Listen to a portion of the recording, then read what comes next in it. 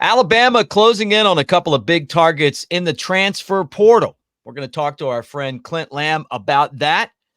Bama basketball heading to Vegas. Ooh, that could be a lot of fun, but dangerous. Got some advice for you guys about Vegas.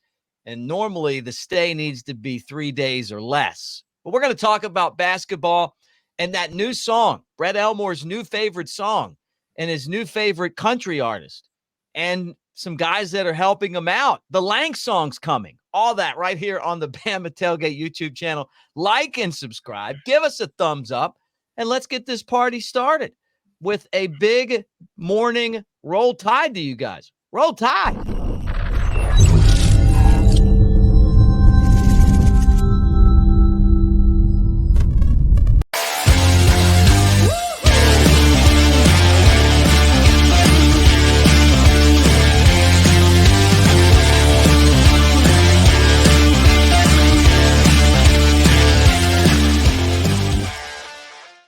What do you say, everybody? Oh, look at this crew right here in the house. Big sexy Elmo, Brett Elmore, and there he is, Clint Lamb from Bama Online. Roll Tide, friends. Good to see you. Roll Tide, my friend. You open up the show with a sort of a country. You said Roll Tide.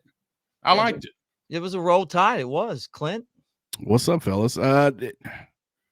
So favorite country artist, is this already a thing? Are we already doing this?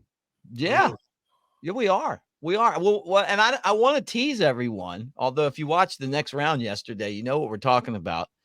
But I guess the thing that, like they say, you got to jump right into the meat of what we're talking about early. We got to throw the hook out there, Clint, and I want to start with you because we talked about this a little bit yesterday, but I want your insight on why Alabama is going to get Geno VanDeMark.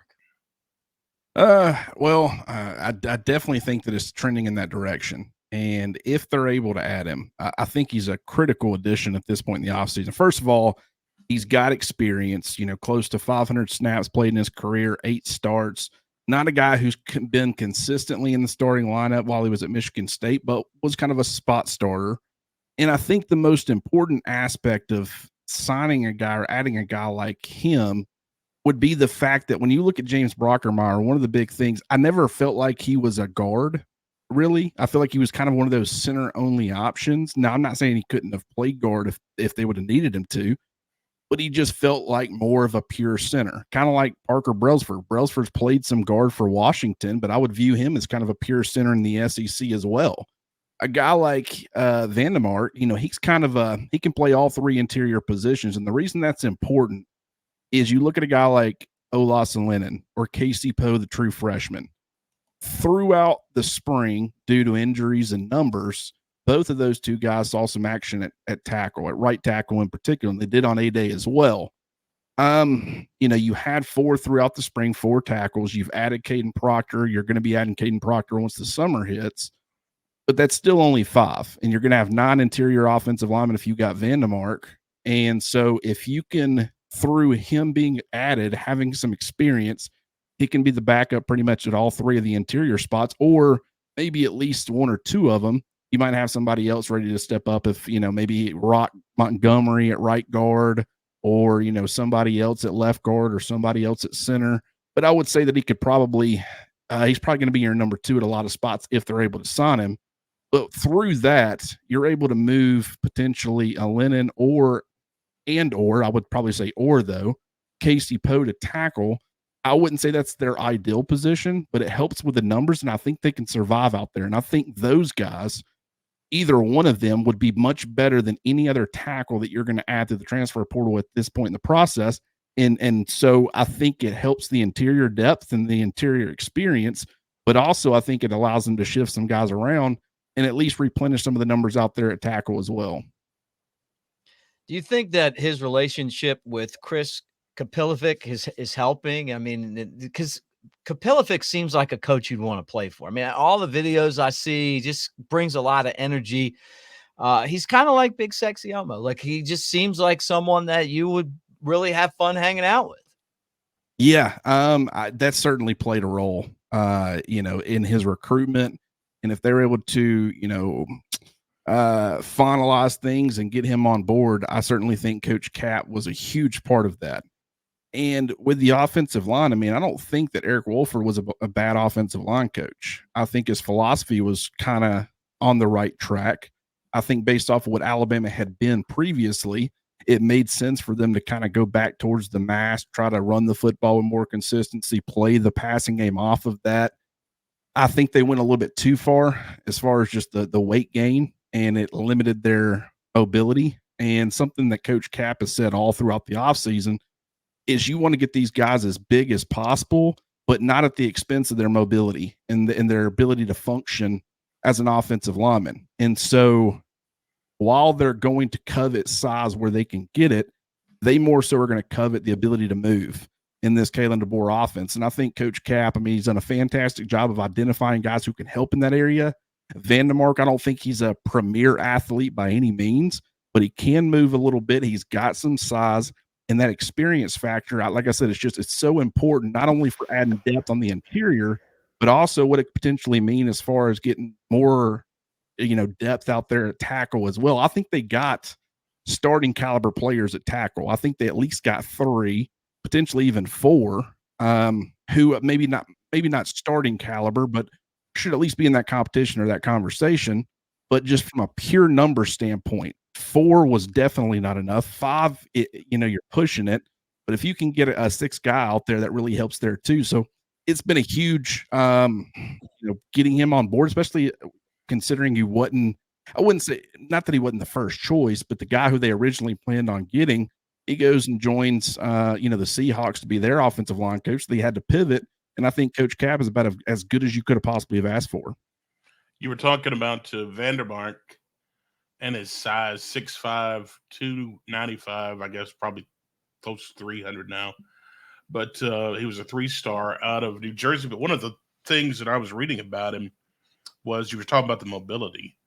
And that's something out of high school that a lot of coaches were high on with him, was his mobility. But it's always a good thing to add depth, especially to the line, because you never know what's going to happen there. And you were talking about adding him kind of gives you some different options and different looks. But, we're not the only player in this game.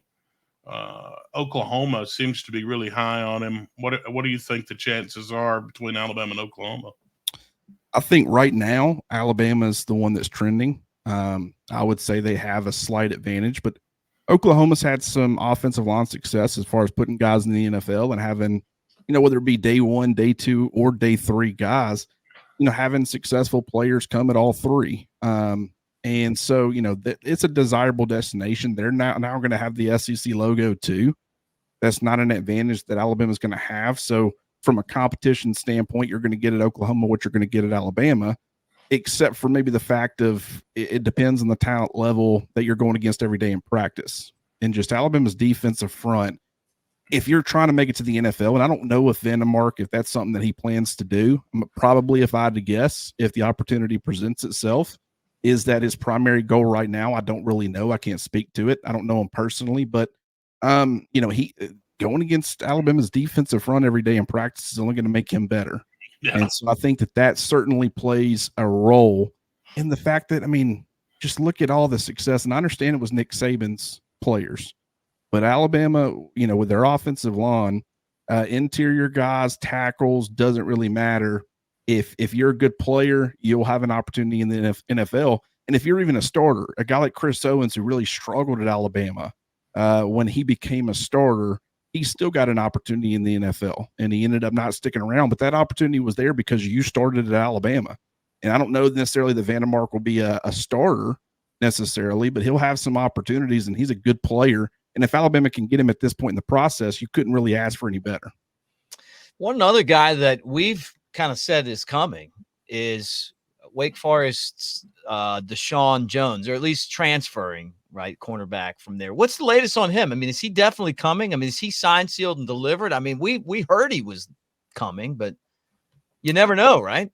Yeah. I don't know that it's he hadn't committed yet. So to say he's locked in and he's definitely going to Alabama, I wouldn't go that far. I mean, obviously things can change, and if he was all Alabama, what's the holdup? And there could be a justifiable reason. He might be all Alabama. I mean, obviously, they're trending in that direction, kind of the same thing as they are with VanDeMark, but it hadn't been made official, or at least not to my knowledge up to this point.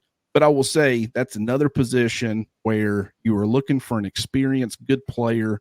If Alabama can land DaShawn Jones, that's a guy who I think could end up not only starting, but making a big impact in this defense. And, he's got that experience factor, played, over 850 snaps.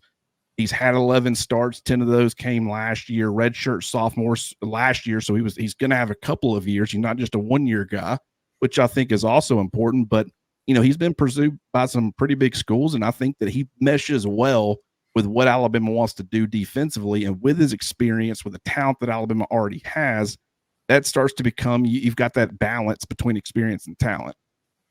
I mean, sorry, Brett. Let me just say one more thing. What happened with Hamilton? When we talked last, I mean, it was like we thought he was going to come to town, and then he just goes to Ole Miss. Does Alabama have an issue with NIL right now? Because it's not like it used to be, Clint. Like Nick Saban would just go outside with a magic wand, and anybody that we wanted would come to Tuscaloosa. Why did Trey Amos leave? I mean, that's a guy, you look at Terry and Arnold, you look at Kool-Aid McKinstry. Trey Amos was a guy who, had some opportunities, made an impact when his number was called. And I understand that Nick Saban is a cornerbacks guy, and Trey Amos probably wanted to continue to be developed and coached by Saban. But I think, where did he end up? He ended up at Ole Miss. And that's where Isaiah Hamilton's going. And I think there's a reason for that. Lane Kiffin is all in. And Pete Golding, who coached under Nick Saban and was his defensive coordinator for a very long time, that plays a role, but money plays a role too. And then in today's college football, NIL is going to make an impact. In Alabama, I think they've done a really good job as far as they had that quote unquote Saban discount ever since this process has started. And so, having Nick Saban retire, how that impacted things, I think Alabama's recovered extremely well on their NIL front. I don't know to what degree, but I will say that it's trending in the right direction. And I think NIL certainly played a part in this, but it's not that Alabama is unable to match or do so. It's more of a philosophy. And I think Lane Kiffin at this point is a lot more desperate. He sees the opportunity with Nick Saban stepping away for Ole Miss to really, and really him as well, to, be put on the map to a degree that we haven't seen. We've seen them trending in the right direction, but they haven't reached that point yet. And with the expanded playoffs, they have a really good opportunity to make the playoffs and make a push. They need, defense to complement that offense. And a guy like Trey Amos certainly fits and helps, and a guy like Isaiah Hamilton does too. And so you can't blame them at all. But, I think right now they're swinging for the fences a lot more so than a lot of other programs.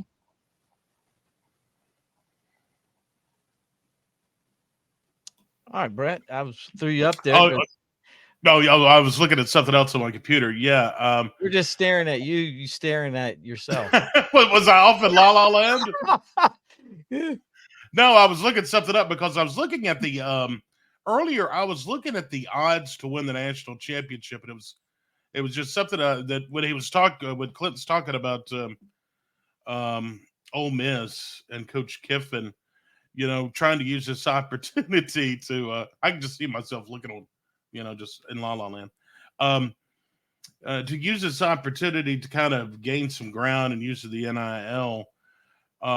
Do you think this is?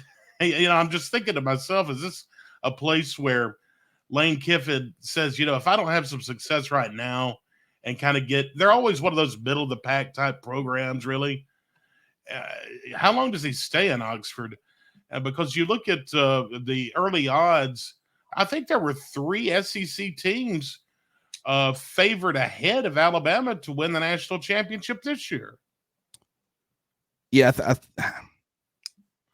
Right now's the time, right? I mean, with Nick Saban retiring, somebody has got to step up. Everybody expects it to be Kirby Smart in Georgia. I mean, they already had been trending in that direction. Steve Sarkisian in Texas are coming over to the SEC. I think they're they're the most dangerous team outside of Georgia in the SEC, not Alabama. I'm talking about a threat to Alabama's claim at the top. And so, they're another one that you got to take into consideration. But also, I mean, Ole Miss is one of those programs that's been trending in the right direction. And I think – go ahead. Well, that's what I was going to say is I found what I was looking for. Georgia, Texas, Ole Miss, and LSU, according to Caesars Sportsbook yesterday, have a higher odds of winning the national championship than Alabama. That's LSU is pretty surprising. Yeah. The other ones aren't. And it's just because on paper, Lane Kiffin's kind of built a dream team in a lot of ways. And it's wild because you lose Quinshon Judkins to Ohio State, and I think they're a better football team top to bottom. I think they're a better offense with Juice Wells, the guys that they've got coming back, the defensive additions that they've had really at all three levels. They've recruited extremely well, both offensively and defensively. And there's just, when you look at rosters, you try to say, okay, you can be really, really good in a lot of spots, but where are you exploitable? Like Alabama was a really, really good football team in 2021, but everybody knew they were really exploitable at right tackle. Right. I mean, it was a revolving door essentially over there, and you were going to be able to put pressure on Bryce Young fairly consistently through that on a week in, week out basis. And having those limitations, having those limitations put on a guy like Bill O'Brien calling the plays, that limits what you can do. It limits how you can attack opposing defenses. And so Alabama still made it to the national championship, but they did it, overcoming some of those obstacles. But when you look at like Ole Miss, my point in saying all that is to say there's nothing on paper at this point, and I'm sure something will emerge that's a weakness or a problem. But on paper, you look at it and you say, I think they got guys that can stop the run. I think they got guys that can get after the quarterback. They got second-level defenders who can get sideline to sideline. They got experience and depth in the secondary. Offensively, they got weapons. They got an experienced quarterback. They got an offensive line that was returning a lot of guys, but then they added several in the transfer portal. They got tight ends. They got running backs still.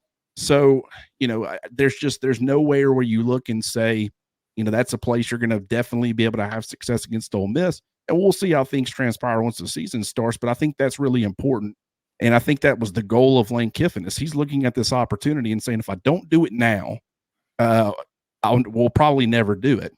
And so if we can get in here with the expanded playoffs, with the conference realignment, with the, Nick Saban retiring, great opportunity for Ole Miss to take that next step. And if they can do that, maybe they can position themselves to be have a lot more staying power, or Lane Kiffin's going to have some really good opportunities at some bigger schools.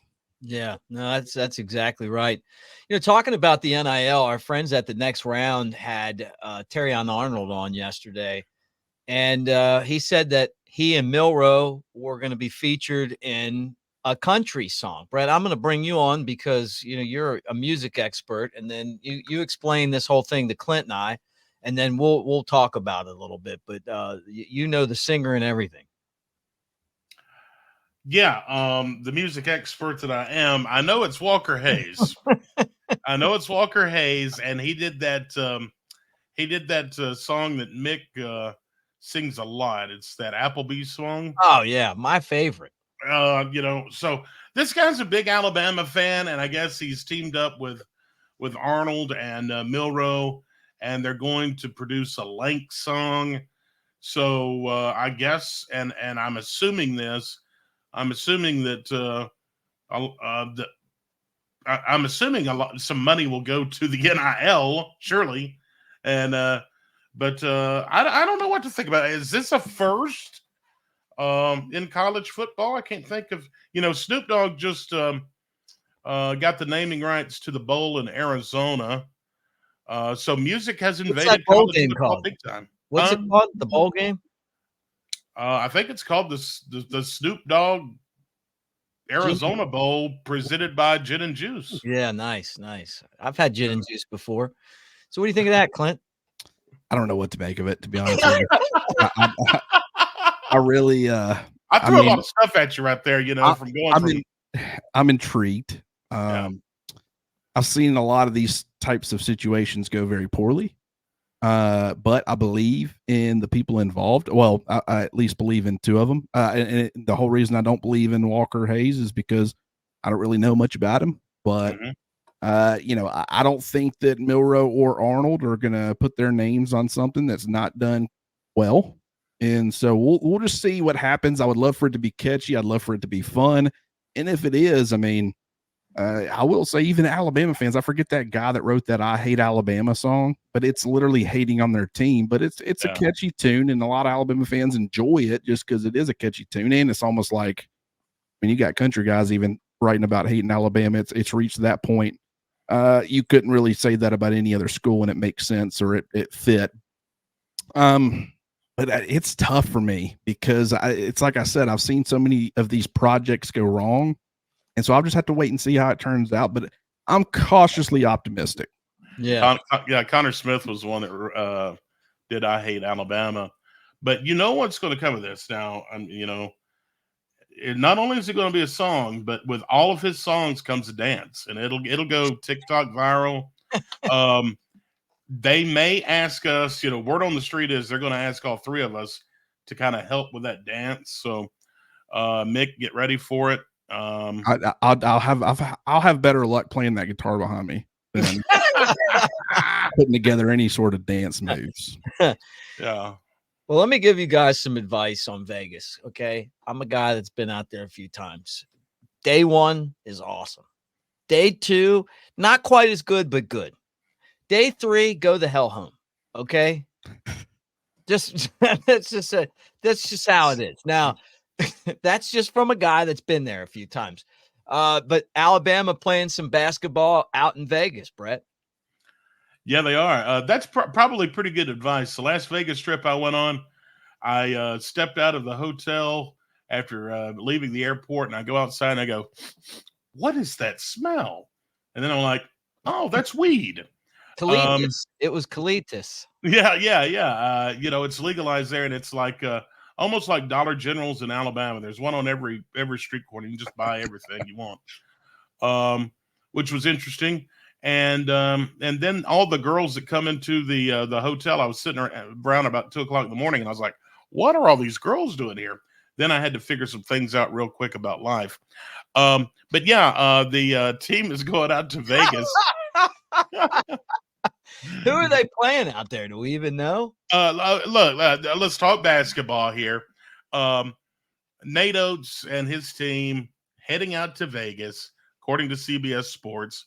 Alabama, one of 7 programs that have agreed to go out and participate in this NIL-driven event. I wouldn't call it a tournament. I wouldn't call it a classic. It is going to be an event in Vegas next season.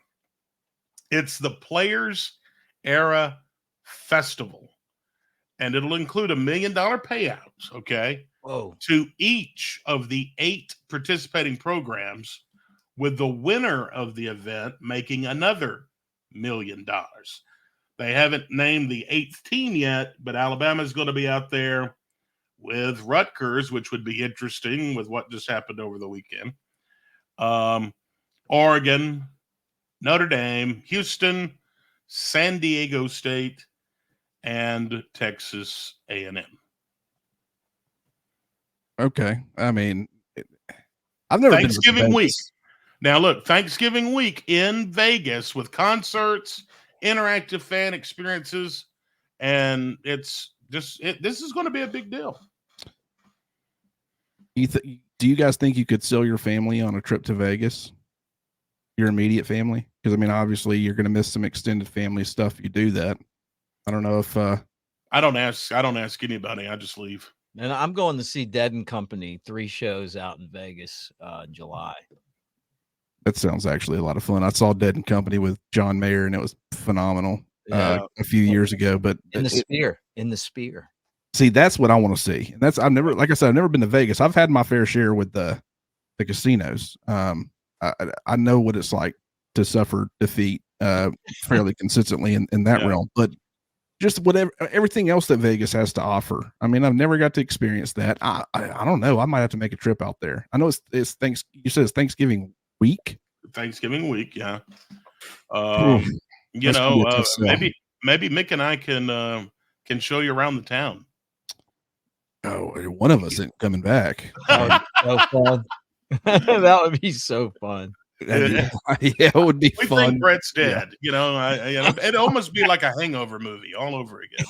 I could think of worse ways to go out. So I'm saying. Yeah, really. I mean, there's that would be okay with me. Which one of us gets lost though?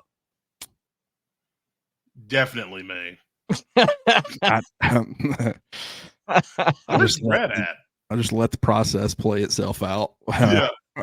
What if we all three got lost? I could totally see that separately. All right. That was the one time I was out there. This guy we called Big Cat. We met these females, and then Big Cat and one of the girls went to get married like that night. That we met that night. Yeah. That's a true story. I was telling LT from the next round about that. We called the guy. I was like, tell this guy what happened. Well, and also, I'm telling you, Clint, they hand out these cards, and I have one here. They're out on the street, and they'll go like this, and they'll hand you these cards, and they have these ladies on there, and a MasterCard symbol. It's really awkward. Like I don't know where you're going with that. Is it like a come see us at this? Yeah, well, it's just a card, you know. It's I have some in my desk. It's funny you say that. It's just stuff that I keep, you know, hanging around. There's also some more stuff here. This is a keychain from the old Frontier there in Vegas. How about that? Yeah, I do remember the Frontier. So you are a regular. No, I just keep odd stuff in my. I keep weird stuff in my. Did you place that there, knowing what we were going to be talking about, or was it just already? No, that was actually totally. That's totally off the cuff. Wow, There's a lot of cool stuff in here, though. Like I said, I got the cards. Here's another one. The Las Vegas Convention Authority keychain. No, I had a listener. I have a listener. Kenny in Vegas. He sent me some cool keychains. Tell us how much it was for that Bunny Ranch visit you had. I don't speak on that publicly. All right, tell us what's going on today. I made that up.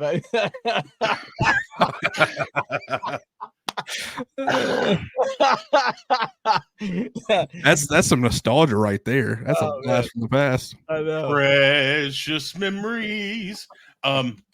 Today's birthday is Tony Tennille of the Captain and Tennille. 84 today. Okay, I have no idea about Captain and Tennille. Is that something you know about, Clint? Not even remotely.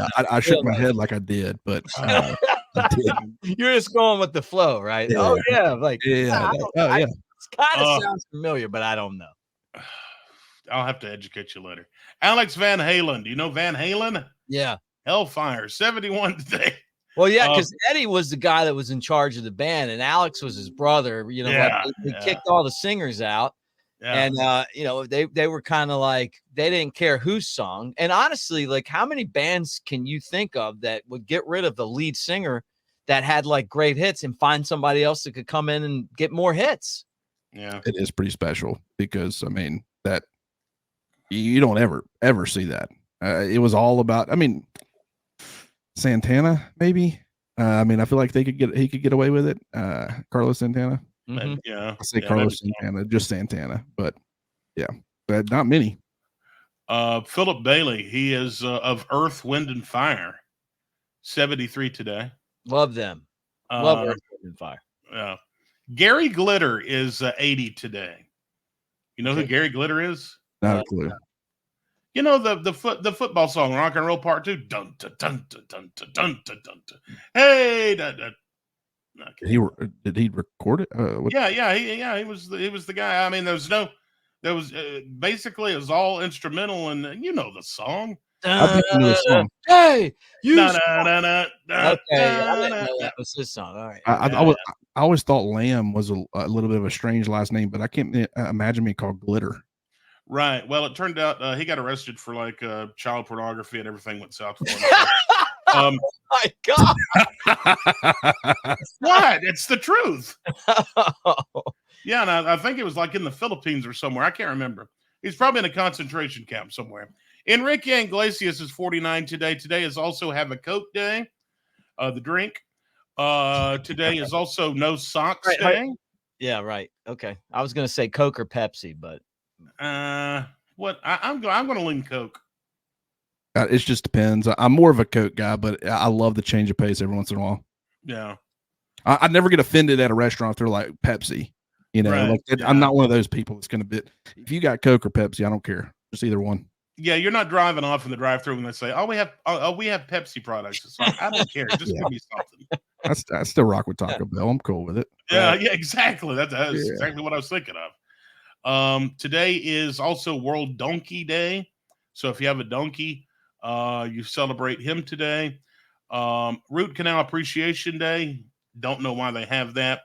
But it was on this day in 1886, speaking of Coca-Cola and why it is National Have a Coke Day or whatever, the syrup for Coca-Cola was introduced in 1886 by a pharmacist over in Georgia, Dr. Pemberton. It was sold at Jacob's Pharmacy in Atlanta, and it was actually created for headache and a hangover remedy, and of course contained cocaine. Really? Like real cocaine? Like real cocaine. I think that the McDonald's Cokes are the best Cokes. I'm fairly certain they still have cocaine in them, and I'm fairly certain that Sundrop also features cocaine because every time I get on a Sundrop kick, I can't shake it. Killer. He's up for days. It's weird. I'm almost certain that McDonald's has their own special syrup. I think I read that, or they have an exclusive.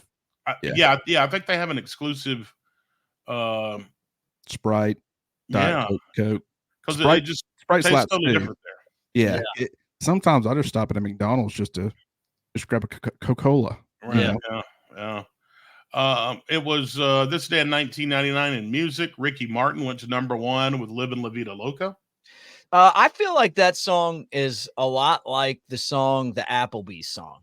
You know, like they get stuck in your head, and then you hate Ricky, and then you also hate the song as well. You know? Yeah. You did this to me, kind of thing. Yeah. Yeah.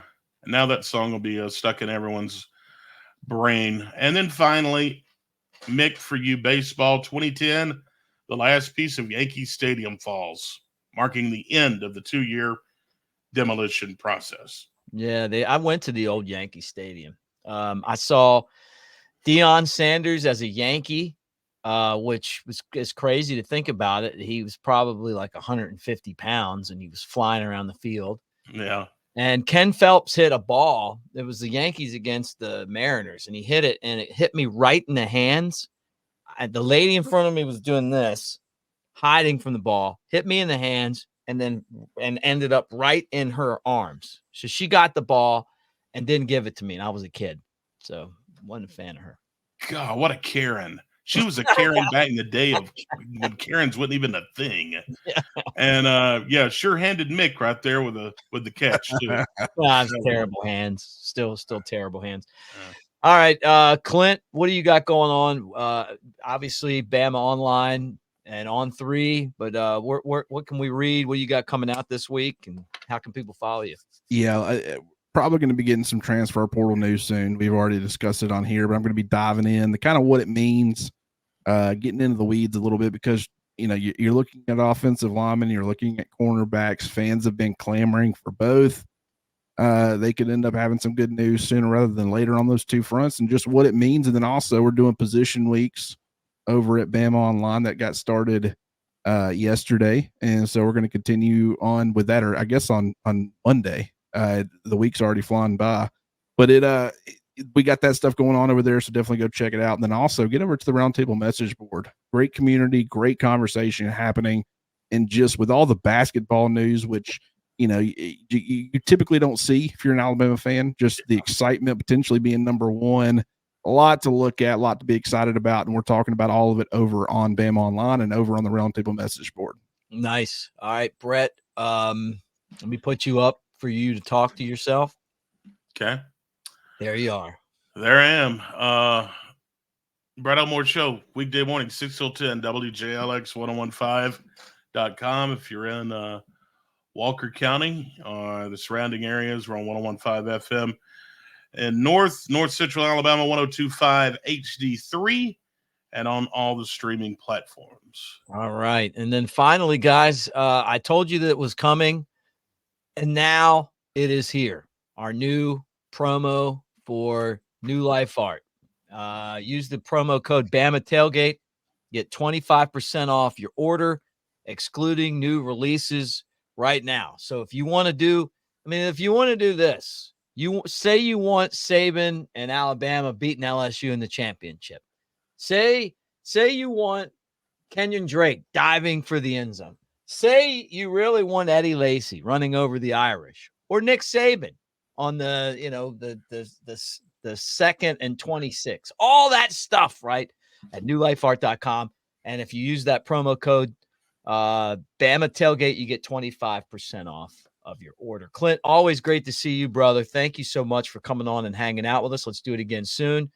And then you, obviously, Brett, always great to see you as well. You too, but most importantly, you guys out there, man, thank you for all the great comments in the comment section and for being part of what we do every day and laughing with us. But most importantly, not just laughing with us, rolling tide with us, man, because I feel like we got this great community of people here. And we appreciate all you guys. So thanks for hanging out with us, and for the entire crew. I'll say this from the bottom of my heart: roll tide.